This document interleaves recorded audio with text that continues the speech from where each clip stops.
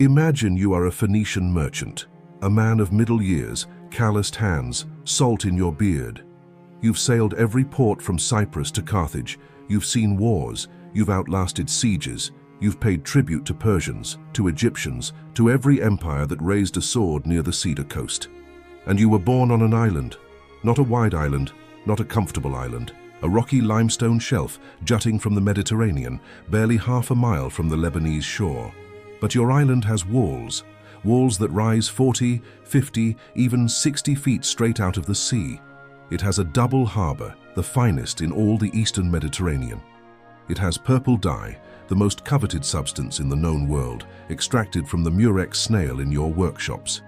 Your city is Tyre, and for 5 centuries, Tyre has been unconquerable. You are standing on the northern seawall on a morning in late January of 332 BC. The sky is pale and cold. You are looking west, out toward the open sea, which is where threats have always come from. Enemy fleets, storms, pirates. So it takes you a long moment to register the sound coming from the east, from the mainland. A sound like a city being consumed, slowly, methodically.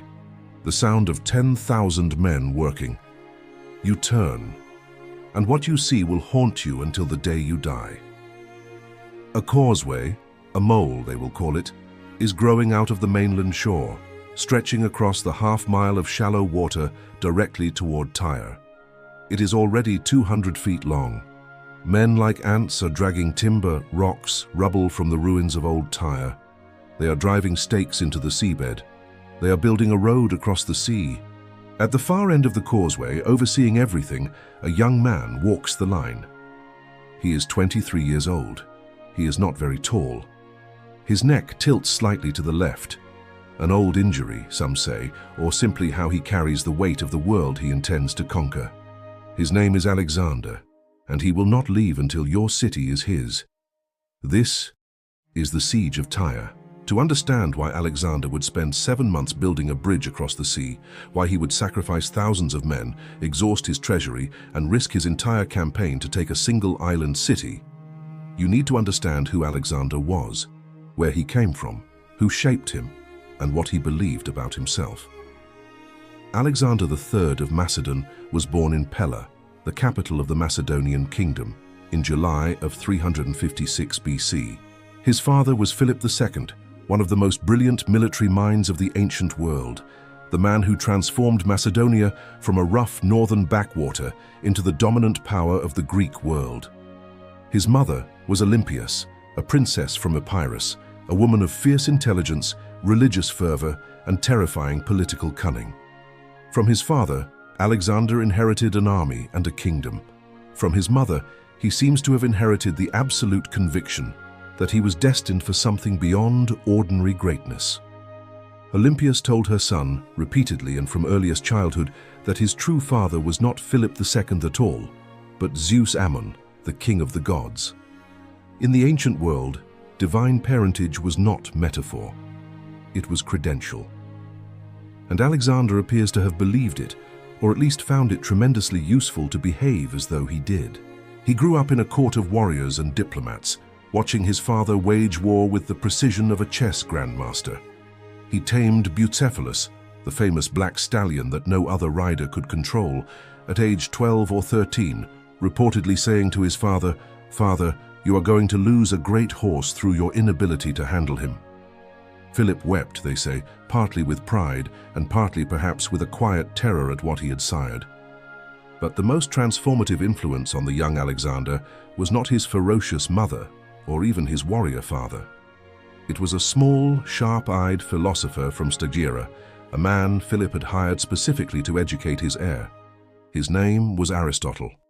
Aristotle was, by any reckoning, the greatest intellect of the ancient world. He had studied under Plato at the Academy in Athens. He had conducted systematic investigations into biology, physics, metaphysics, ethics, politics, drama, rhetoric, and astronomy, laying foundations that Western civilization would build upon for 2,000 years. And for 3 critical years, from roughly 343 to 340 BC, Aristotle sat with Alexander in the gardens of Mieza, in the cool shade of the covered walkways, and taught him everything. He taught him medicine. Alexander would throughout his life take a keen personal interest in the treatment of wounds, sometimes prescribing remedies himself. He taught him philosophy, the nature of virtue, courage, the good life. He taught him to love Homer above all poets. Alexander reportedly slept with a copy of the Iliad under his pillow, annotated by Aristotle himself, alongside a dagger. He identified with Achilles the way other men identify with their own fathers, and crucially, Aristotle taught him how to think, how to observe, categorize, reason, adapt, how to look at a problem and break it into components. This intellectual rigor, married to his father's military training and his mother's divine ambition, produced something that had perhaps never existed before. A man who was simultaneously a visionary strategist, a fearless combatant, a relentless engineer, and a ruler who genuinely believed the universe had been designed around his destiny. Alexander was 16 when his father left him as regent of Macedonia while campaigning abroad. 16, and he crushed a Thracian rebellion and founded a city named after himself, Alexandropolis. When Philip was assassinated in 336 BC, Alexander was 20. Within 2 years, he had secured Macedonia, crushed the Greeks at Thebes, destroying that great city as a lesson to all who might resist, and crossed into Asia with an army of roughly 40,000 men and a debt of 500 talents. His plan? To conquer the Persian Empire. By 332 BC, he had already won 2 shattering victories. At the Granicus River in 334, he destroyed a Persian force defending Asia Minor. At Issus in 333, he defeated the Persian king Darius III himself. The great king fled the battlefield in his chariot while Alexander overran his camp, capturing his mother, his wife, and his daughters. Darius sent peace offers. He offered Alexander half the empire, his daughter in marriage, and 10,000 talents of gold. One of Alexander's generals, Parmenion, said, "I would accept if I were Alexander." Alexander replied, "So would I if I were Parmenion." He was heading for Egypt. He needed the Phoenician ports to neutralize the Persian fleet, the only force that could threaten his supply lines and potentially rally Greek opposition behind him. Most Phoenician cities had surrendered or made terms. Sidon opened its gates. Byblos surrendered. And then came Tyre. If you're loving this deep dive into ancient warfare, this is the perfect moment to hit that like button and subscribe so you never miss an episode. And do us a favor. Share this with a friend who loves history and military strategy. They will thank you. Now let's get into it. Alexander has just reached the walls of Tyre. He's sent ambassadors to negotiate a peaceful surrender. The Tyrians have a response, but it is not the response anyone expected. In early 332 BC, Alexander marched his army south along the Phoenician coast after his victory at Issus. City after city yielded. Phoenician commanders defected. The strategic logic was undeniable. Darius was in retreat, Alexander unstoppable, and resistance seemed futile. Then came Tyre. Alexander approached the city and sent a delegation of ambassadors. His request was simple: to enter the city and make a sacrifice to Heracles, or Melkart. This sacrifice would have enormous symbolic significance, claiming divine heritage. The Tyrian council discussed Alexander's request. Their answer was diplomatic, but clear.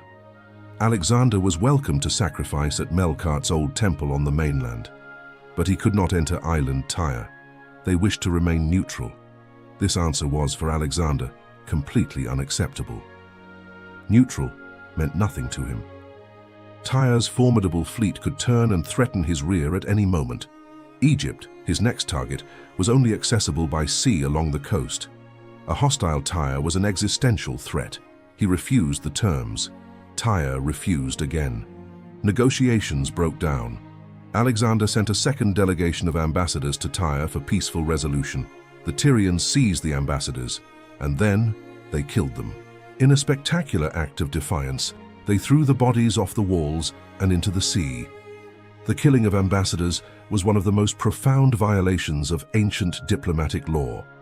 It was a declaration that Tyre placed itself outside the ordinary rules of civilization. It was a message: we are an island, we are unreachable, and we do not fear you. Alexander reportedly flew into a rage, but his reaction was tactical. He laid out why taking Tyre was not optional, and he began to plan. To understand the engineering nightmare, visualize the geography of Tyre with precision.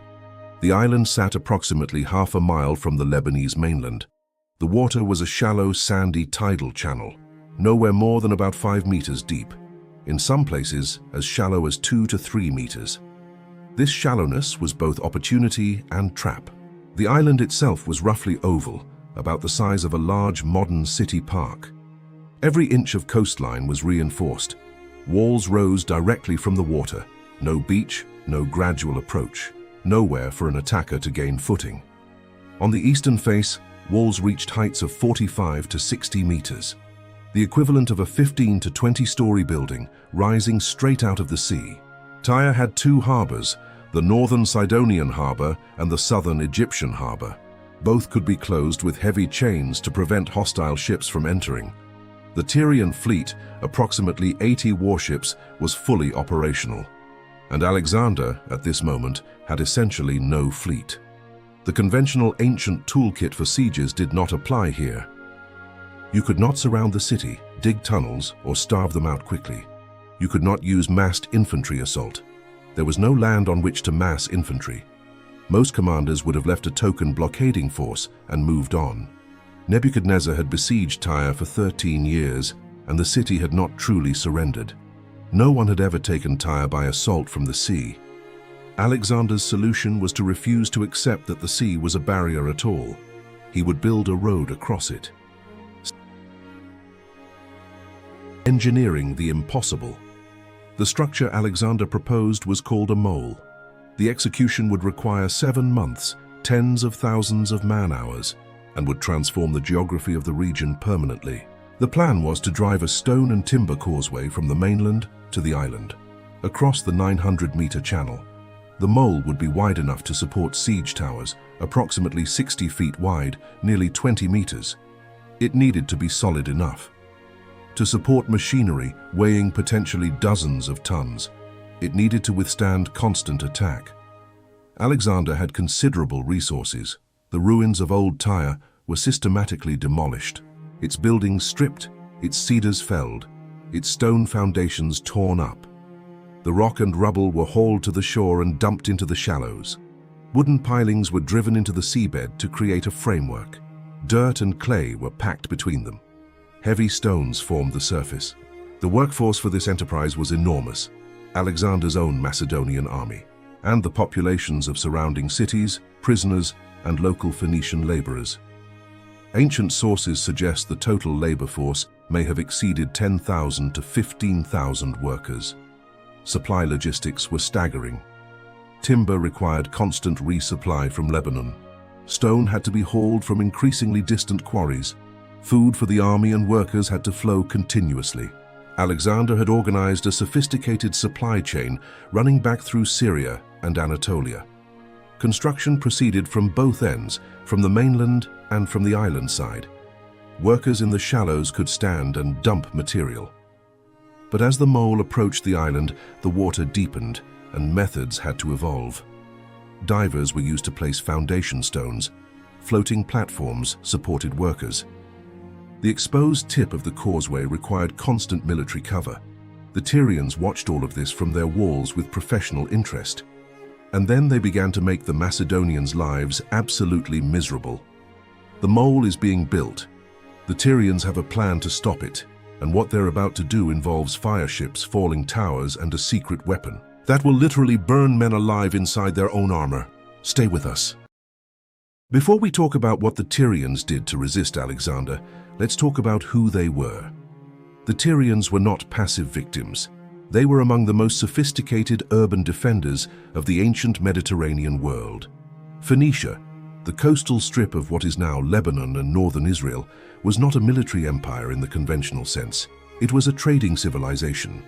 The Phoenicians had colonized the entire Mediterranean basin, founding Carthage, building ports in Spain.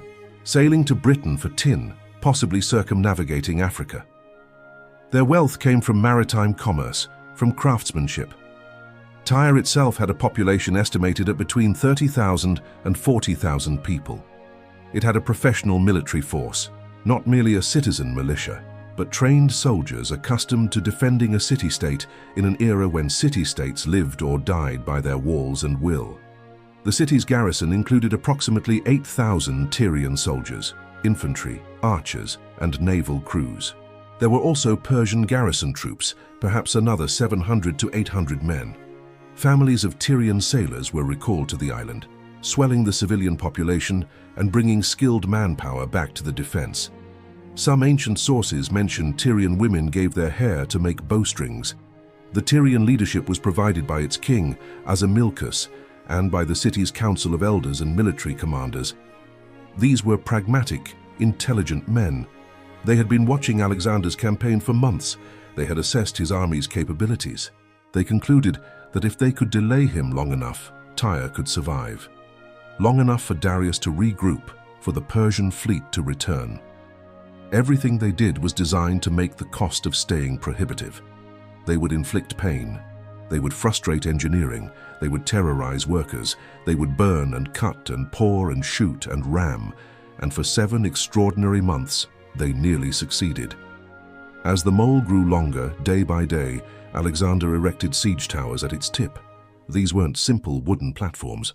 They were multi-story structures, perhaps 60 to 80 feet tall, designed to give his archers and artillery elevated firing positions, to suppress the defenders on the walls as the causeway approached. At the same time, the towers sheltered the construction workers below. From missiles raining down from the Tyrian battlements, the Tyrians had artillery of their own, catapults, ballistae, and archers, who were extraordinarily accurate. They fired constantly at the workers, and casualty rates must have been significant. But the towers provided enough cover to keep the work moving. The Tyrian response to the towers was elegant in its brutality. They took a large horse transport ship, a broad, flat-decked vessel, and converted it into a fire ship.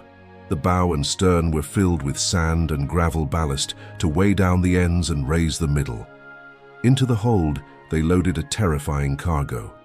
Barrels of pitch, barrels of sulfur, bundles of tow soaked in oil, and cauldrons filled with materials that would spray burning liquid. On the mast and along the yardarms they hung additional containers of combustible material. The whole ship was in essence a floating bomb. They waited for a favorable wind, a strong, steady breeze blowing toward the mole. Then they lit the fire ship and rowed it, hard and fast, directly at the causeway. The timing was precise. When the burning ship ran aground on the mole's tip, crew members leapt free and swam. The mast fell forward, and the hanging containers sprayed burning liquid across a wide radius. The hold's contents exploded outward in a wall of fire. The wooden siege towers caught almost instantly. Men ran screaming from the superstructure. The fire spread along the wooden surface of the mole itself. At the same moment, the Tyrian fleet surged out of the harbor. Boats full of soldiers landed on the flanks of the mole and drove back any Macedonian troops trying to fight the fire. Archers on the attacking boats provided cover. The Tyrians systematically ripped up the palisades and revetments along the mole's sides, undoing weeks of work in hours. Ropes were thrown around stakes and timbers and hauled away. The tip of the causeway was destroyed. It was a masterclass in amphibious counterattack. The Tyrians had patiently watched the mole grow, identified its most vulnerable structure, and struck at the perfect moment with a coordinated land and sea attack. Alexander's reaction, when the smoke cleared, was characteristic. He assessed the damage. He ordered the mole to be made wider. Double its original width so that the towers could be placed further apart and a single fireship could not reach both simultaneously. He ordered new towers to be built. He ordered work to resume immediately, and he personally oversaw the rebuilding with such intensity that the men, by all accounts, worked harder for his presence than they ever had before. This was one of Alexander's most consistent leadership qualities. He was never seen to despair or retreat into strategy meetings while his men suffered. He was on the work site. He was in the line. He was always right at the edge of danger. The Tyrians had many weapons: arrows, fire, catapult bolts, sortie raids. But perhaps their most psychologically devastating and physically horrifying innovation was one that is still discussed by military historians today: the burning sand. As the mole grew closer and Macedonian siege towers came within catapult range of the city walls, Alexander began bringing up his artillery and preparing for a bombardment of the walls themselves. The Tyrians needed to find ways to neutralize the crews operating the towers.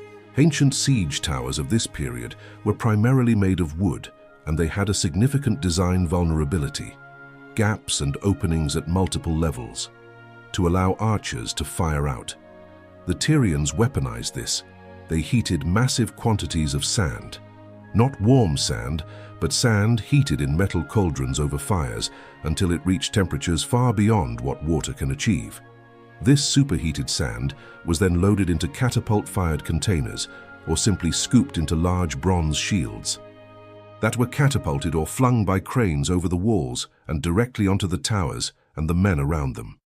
When the burning sand hit a soldier, it poured through every gap in his armor, down the back of his neck, under the edges of his breastplate, into the gaps at his armpits, down into his greaves. Bronze armor in the Mediterranean summer sun was already brutally hot.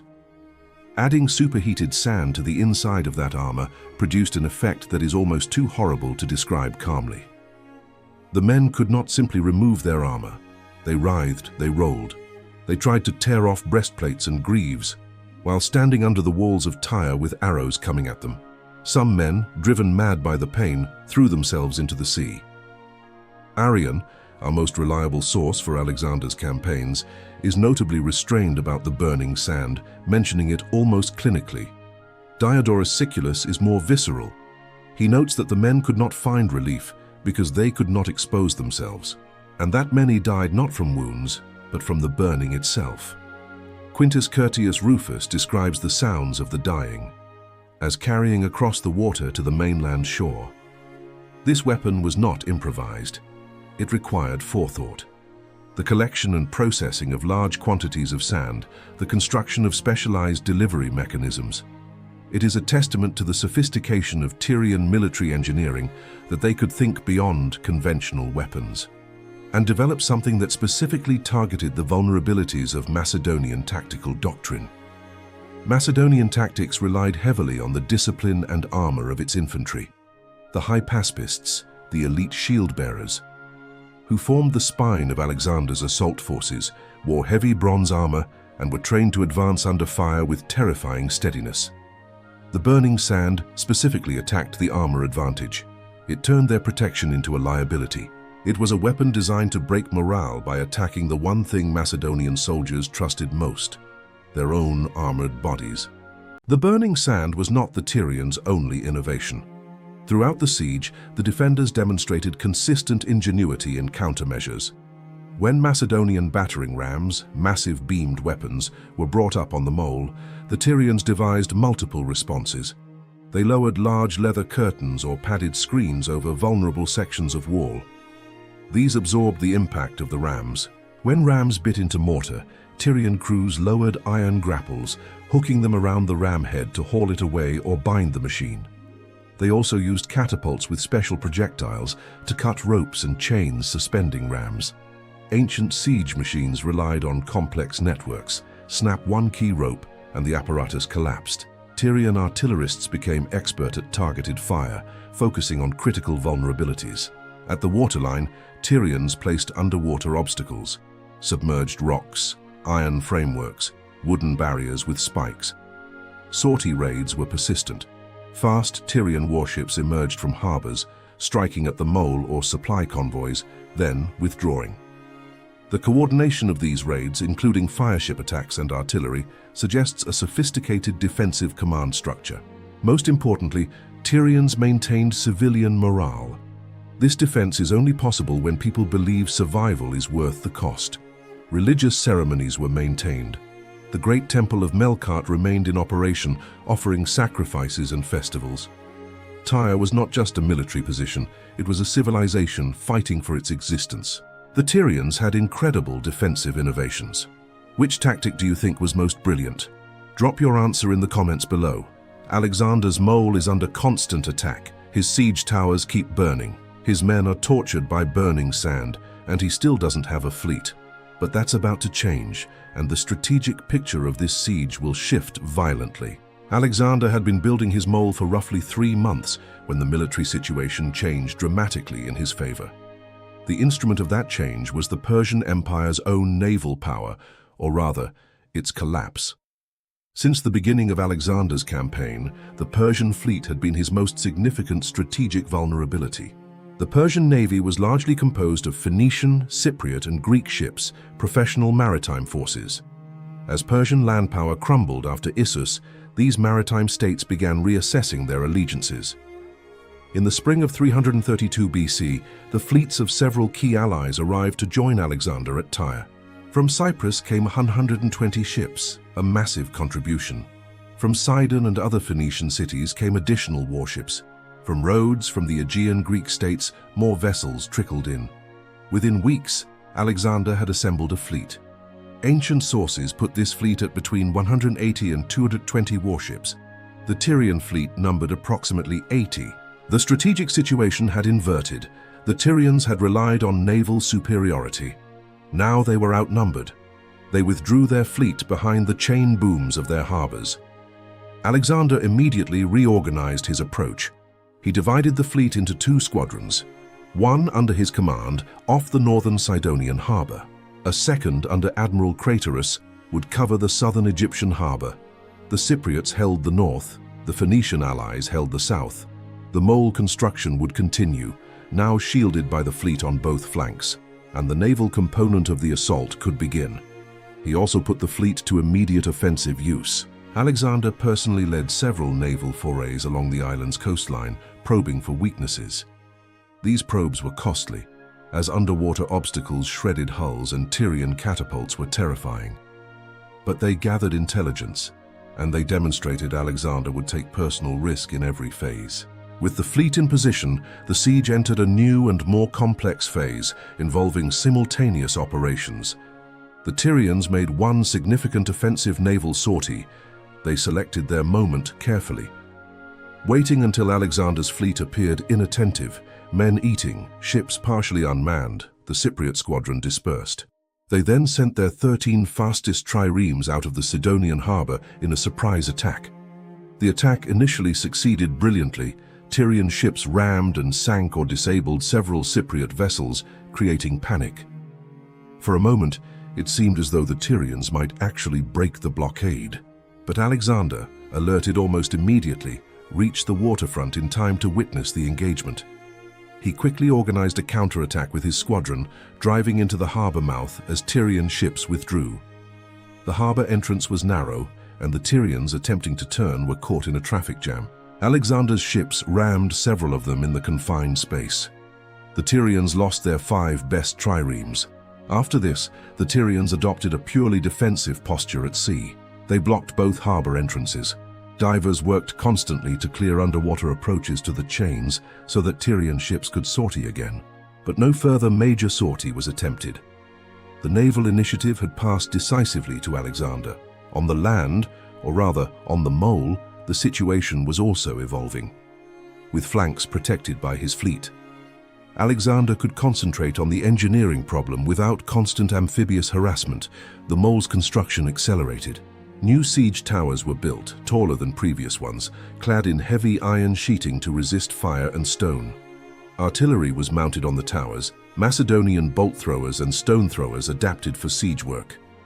In parallel, Alexander was working on a new approach that his opponents could not easily counter: ship-mounted siege engines. The idea of mounting siege engines on ships was not entirely new in the ancient world, but Alexander's application of it at Tyre was unusually systematic and creative. The causeway could approach the island walls only from one direction, the east. The Tyrian defenses were concentrated on that face, leaving other walls less threatened. Alexander solved this by having siege towers built on pairs of warships lashed together for stability. A wide platform was constructed, spanning the decks of 2 triremes, on which a siege tower could be raised. These towers carried artillery in upper stories and a ram below to attack the wall directly from the water. These platforms required considerable seamanship, maneuvering into position under fire from above. They had to be held steady against wind and current, while artillery fired and rams swung. It was extraordinarily dangerous, requiring careful coordination between naval crews and engineers. But it worked. The floating platforms allowed Alexander to probe multiple wall sections simultaneously. Tyrian defenders could no longer concentrate everything on the eastern face. Artillery fire had to be distributed, meaning fewer missiles per section for Macedonian engineers.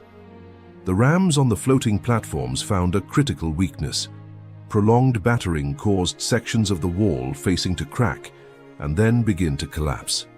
The mortar joints between the great stone blocks were ancient, not all sections equally well constructed. The concentrated mechanical force of a ram, applied persistently day after day, began to tell. Each time a section of wall cracked, the Tyrians worked through the night to build new inner walls. Barrier fortifications behind the breach, ready to receive an assault even if the outer wall failed. A breach in the outer wall of Tyre was not the same as a breach in the city's defenses. The walls are beginning to crack. A breach is forming. The final assault is now a matter of when, not if. But getting through a breach in Tyre's walls isn't going to be anything like what Alexander's men have faced before, and what waits for them on the other side will cost him some of his best soldiers.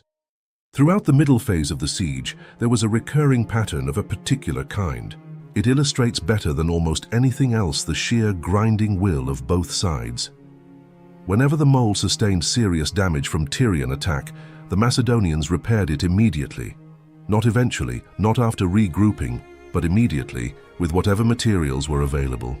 Sometimes while the fire was still burning at one end of the damaged section.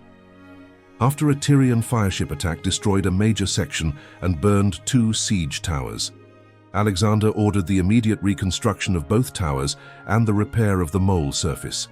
He assigned his most experienced engineer, Diades of Thessaly, to oversee the work. Diades organized a night construction operation. Torches were placed along the surviving sections. Teams worked in rotating shifts. Stone was hauled from shore by a chain of laborers. New timber frames for the towers were prefabricated on the mainland and floated out. By morning, the framework of the new towers was already rising. The Tyrians responded with another fireship attack the following night.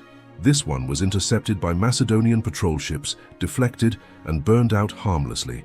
Rebuilding, attack, rebuilding. This cycle repeated multiple times across 7 months. Its psychological dimension was arguably as important as its physical dimension. Each time the Macedonians rebuilt, it communicated something to the Tyrians. There is no version of attrition that stops us. Every structure we build, we will rebuild. Every loss, we will replace. The siege will end only one way. Equally, the Tyrians' persistence communicated something to the Macedonians.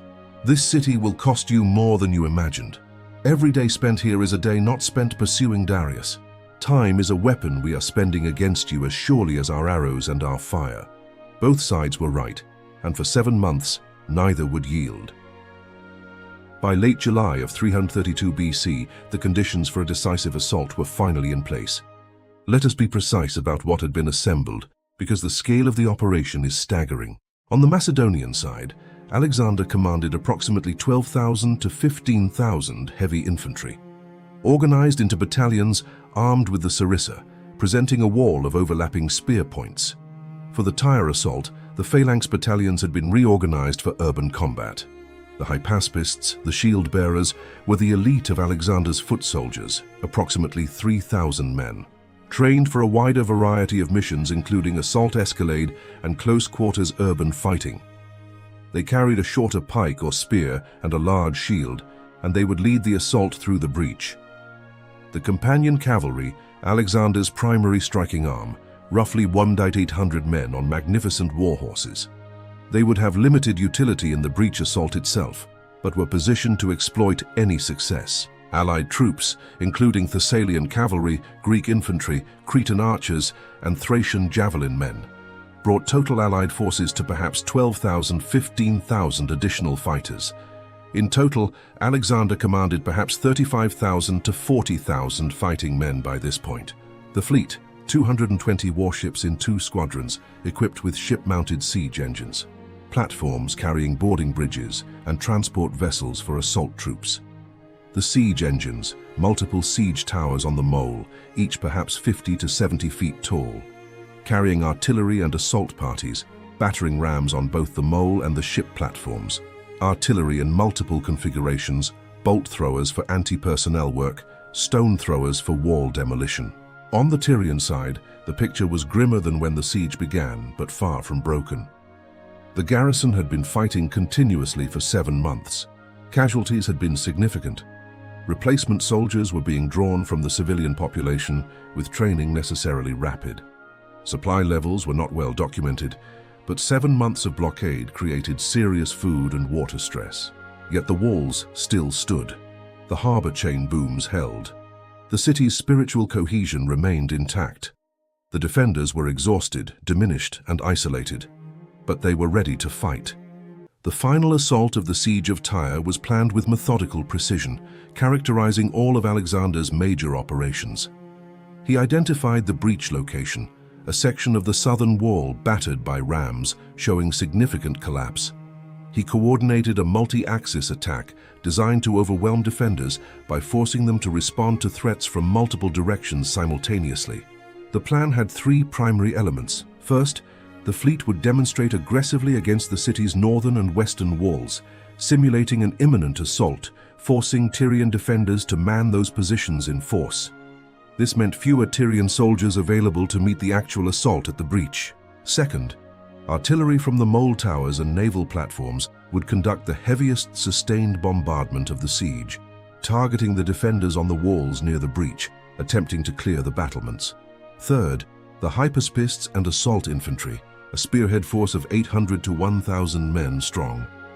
They would be carried to the breach on specially prepared gangplank-equipped ships assaulting through the gap, while defenders were pinned down by artillery and distracted by the naval demonstration.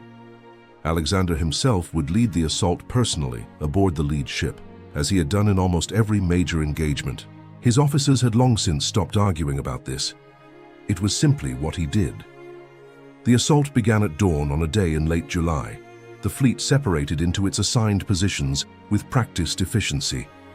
The mole-mounted artillery opened up with its heaviest fire, bolts and stones hammering the wall sections flanking the breach. Dust and stone chips exploded from the battlements. Tyrian defenders were swept away or forced to crouch behind cover. The assault ships moved in. Lead vessels, heavy triremes with towers and gangplanks raised, approached the southern wall. Beneath the continued artillery cover, the ships grounded against the wall's base. The gangplank dropped, and Alexander, in full armor, crested helmet, recognizable to everyone, was first onto it. First through the gap, stepped from the ship onto the broken stone edge of the breach in the wall of Tyre. What followed was brutal even by ancient standards. The breach was not a wide, clean opening. It was a jagged, rubble-filled gap, 20 to 30 feet across, enough for a few men abreast, with edges still intact, and manned by desperate defenders, throwing everything they had at the men forcing their way through. Every man who came through was in a natural killing ground, pinned between standing walls, unable to maneuver, exposed to fire. The hypaspists drove through with the momentum of training and desperation, the savage energy of men building a bridge for months. They cleared the breach, fighting hand-to-hand in the rubble, forcing their way onto the street level inside the city. Simultaneously, the naval demonstration to the north convinced Tyrian command to commit a significant portion of the garrison. As the reality of the southern breach became clear, commanders tried to redirect defenders south, but streets were narrow. The redeployment was slow. Macedonian forces inside the breach used those minutes of disorganization brutally. Urban combat in the ancient world was nightmarish in ways difficult to fully convey from 2.5 millennia. We are accustomed to thinking of ancient battles as open field affairs, phalanxes clashing on plains, cavalry sweeping through gaps. Street fighting in a dense ancient city was its own particular horror. Tyre's streets were narrow, barely wide enough for 2 people to pass in many places. The buildings were tall, multi-storied stone structures. Tyrian civilians and remaining soldiers fought from windows, rooftops, stairwells, and doorways. They dropped rocks and timber on the men below. They fired arrows from upper stories. Where a Macedonian soldier could not see the attacker, could not use his spear effectively, and could be killed by someone he never saw. The Tyrian warriors fighting in the streets had been defending their city for 7 months. They had nothing left to lose. They knew what happened to cities taken by force. Ancient practice was merciless and explicit, so they sold every street dearly. Alexander's forces, once through the breach, split into 2 prongs. One drove north toward the royal palace and military strongpoints. The other pushed deeper into the city's center, toward the Temple of Melkart. At the same time, the naval diversionary force to the north, seeing the southern assault succeeded, drove into their positions. 2 Cypriot ships found an unguarded section of the northern harbor chain, forcing their way through, beaching assault troops. The Tyrian position was now enveloped. The fighting was atrocious. Ancient sources consistently describe it as among the bloodiest urban combat of Alexander's campaign. The Tyrians did not break and run. They stood and died in their streets, in their doorways, on their rooftops. Some groups of Tyrian warriors, when their position became untenable, formed small defensive circles and fought until overwhelmed. At the Temple of Melkart, Alexander found a group of Tyrian leaders and priests had taken refuge. He prevented his soldiers from entering the temple, a pragmatic decision as its violation might cause problems with Phoenician cities. And personal, his stated reason for the siege was to sacrifice at this temple, which he intended to do once fighting was over. The harbor was taken, the gates were opened. Remaining elements of Alexander's army flooded into the city. Organized resistance collapsed as Tyrian unit cohesion broke down under pressure from multiple directions. By the end of the day, some sources suggest the major fighting was over within hours of the breach. Tyre had fallen. The city has fallen. But what happens next is going to shock you, because the aftermath of Tyre was not quiet. What Alexander did in the hours after the city fell was one of the most extreme acts of the entire Macedonian campaign, and why he did it says everything about how he thought about power, deterrence, and the message he needed to send. Alexander sacrificed to Melkart at the temple, as he had always said he would. The religious ceremony proceeded with all proper formality. There is something almost surreal about the contrast. The city burning in some quarters, bodies not yet cleared, and Alexander making his offerings. This was entirely consistent with his worldview. The divine mandate was fulfilled, the sacrifice was made, the god was honored. The secular reckoning was rather different. Ancient sources give us figures for the casualties and the fate of the survivors that are, even by ancient standards, horrifying. Approximately 6,000 to 8,000 Tyrian soldiers and civilians were killed during the assault and its immediate aftermath. This represents a staggering proportion of the city's military-age population. The fighting alone produced devastating casualties. Approximately 30,000 people, primarily women, children, and those who had surrendered, were sold into slavery. This sale of 30,000 people at once was one of the largest single slave transactions in the ancient world to that point. Alexander ordered approximately 2,000 Tyrian men, captured alive, to be crucified along the beach of the mainland shore, visible from the island. It was not punishment in the modern sense of proportional justice. It was a message, a deliberate, calculated, theatrical act of terror. Alexander's message was specific. This is what I do when I am defied. This is what it costs to say no. It was a war crime by any modern definition. It was also, in the strategic logic of 332 BC, devastatingly effective. After Tyre, no major city in Egypt or the Levant offered serious armed resistance. The news traveled ahead of Alexander's army. For Alexander personally, Tyre represented a kind of transformation. He had faced the hardest siege of his career, and he had won.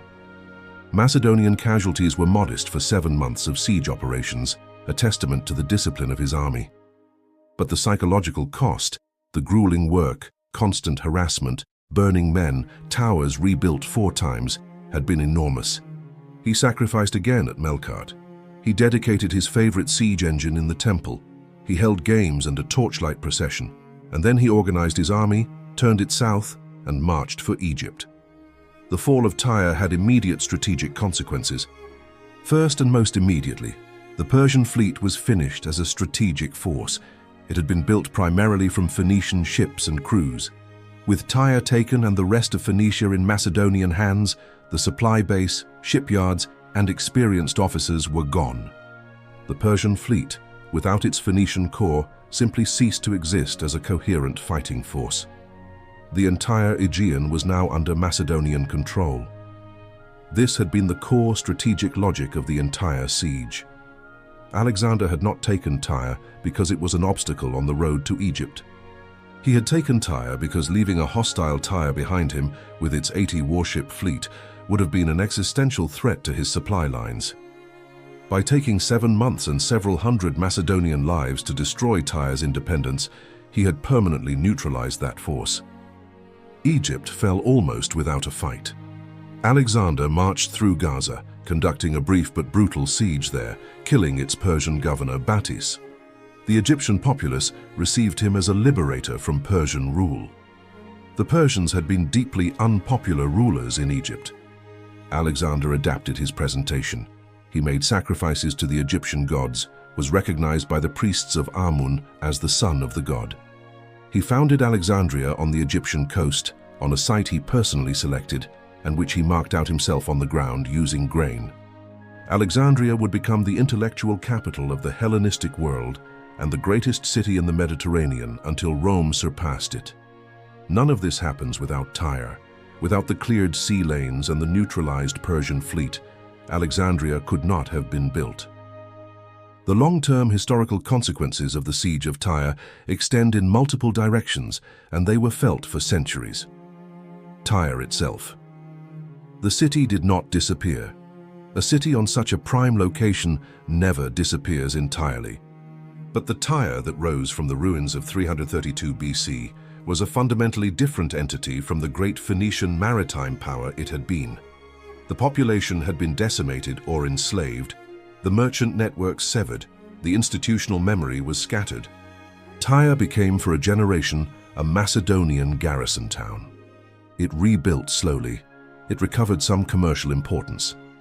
But the independent, unconquerable Tyre, the city that had stood for centuries as the unchallenged queen of the Phoenician coast, was gone forever. The mole.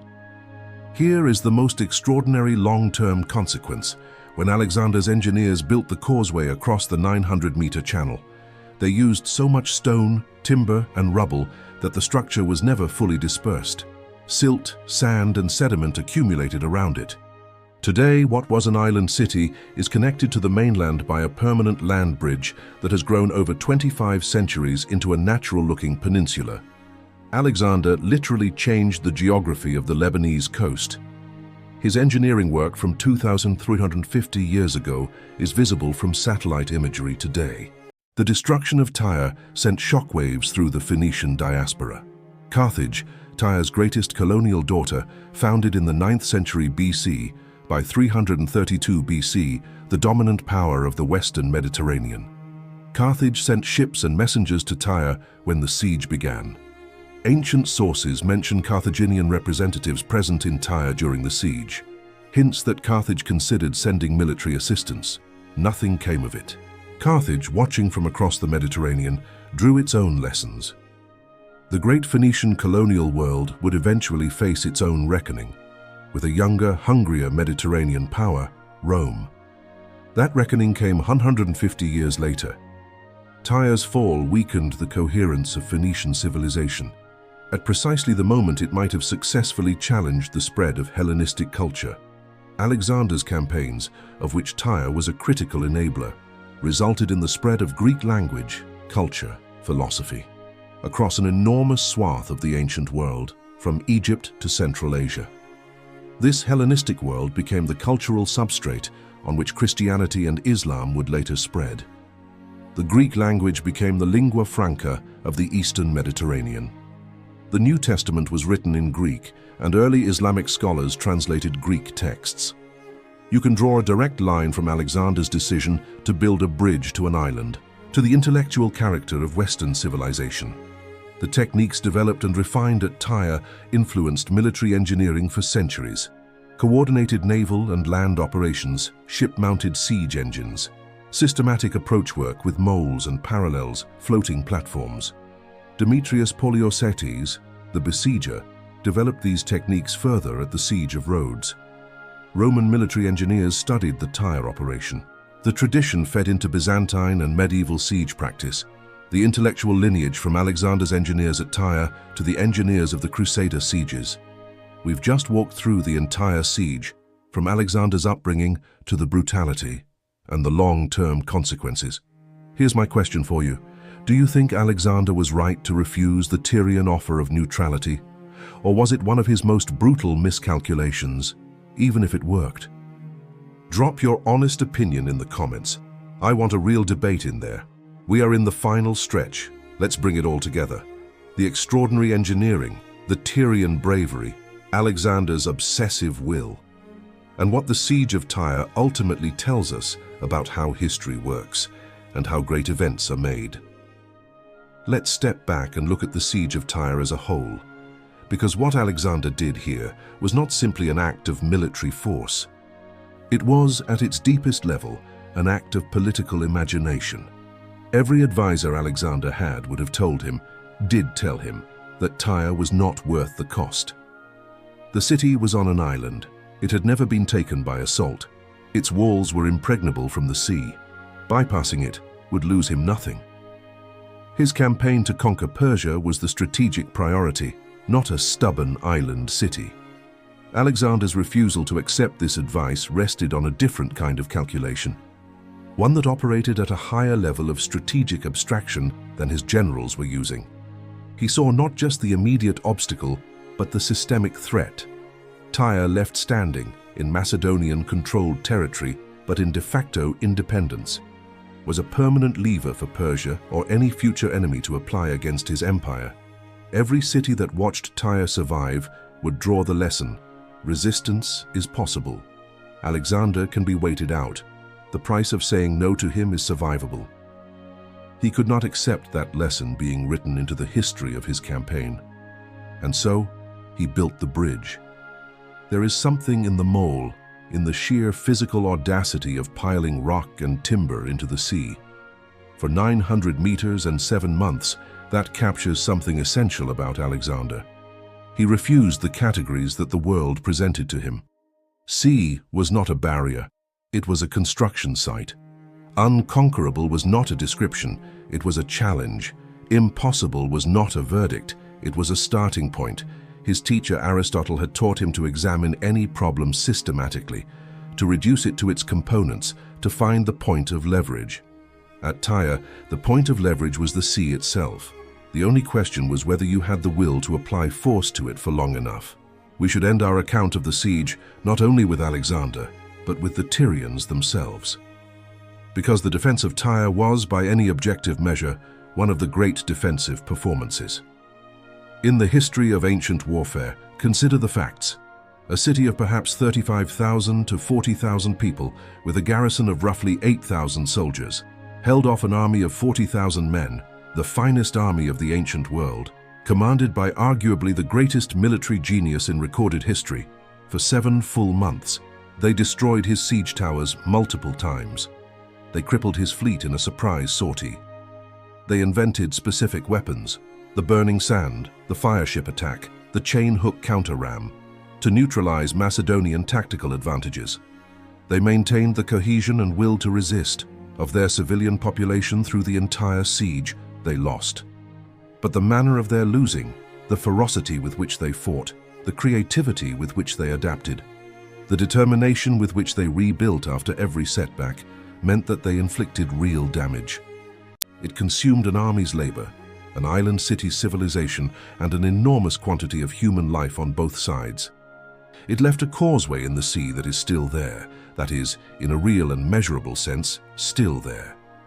Buried under a Lebanese peninsula, and it changed the world in ways that are still felt today. In the language of the New Testament and the layout of a city called Alexandria, and the strategic geography of the Eastern Mediterranean. It is one of the great military operations of antiquity, a masterpiece of engineering willpower that has never been fully replicated. a defense of extraordinary tenacity and creativity, and a window into the mind of a 24-year-old king, who genuinely believed that nothing in the physical world could be allowed to say no to him. He was mostly right, and that is both the most inspiring and the most terrifying thing about Alexander.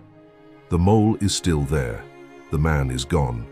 The world he made, in many small and large ways, is still the one we live in. Thank you so much for watching all the way through, spending this time with you, going deep into one of the most extraordinary military events in human history. This is exactly what this channel is about. If this video gave you something, a new perspective, a detail you didn't know, a moment where you thought, I never knew history could be this intense, please hit that like button. It genuinely makes a difference in whether more people find this content. And if you aren't subscribed yet, now is the time. We go this deep on every single video. Drop your comments below. I have read every single comment on this channel, and I respond to as many as I can. The conversations in the comments are sometimes as good as the videos themselves. I will see you in the next one.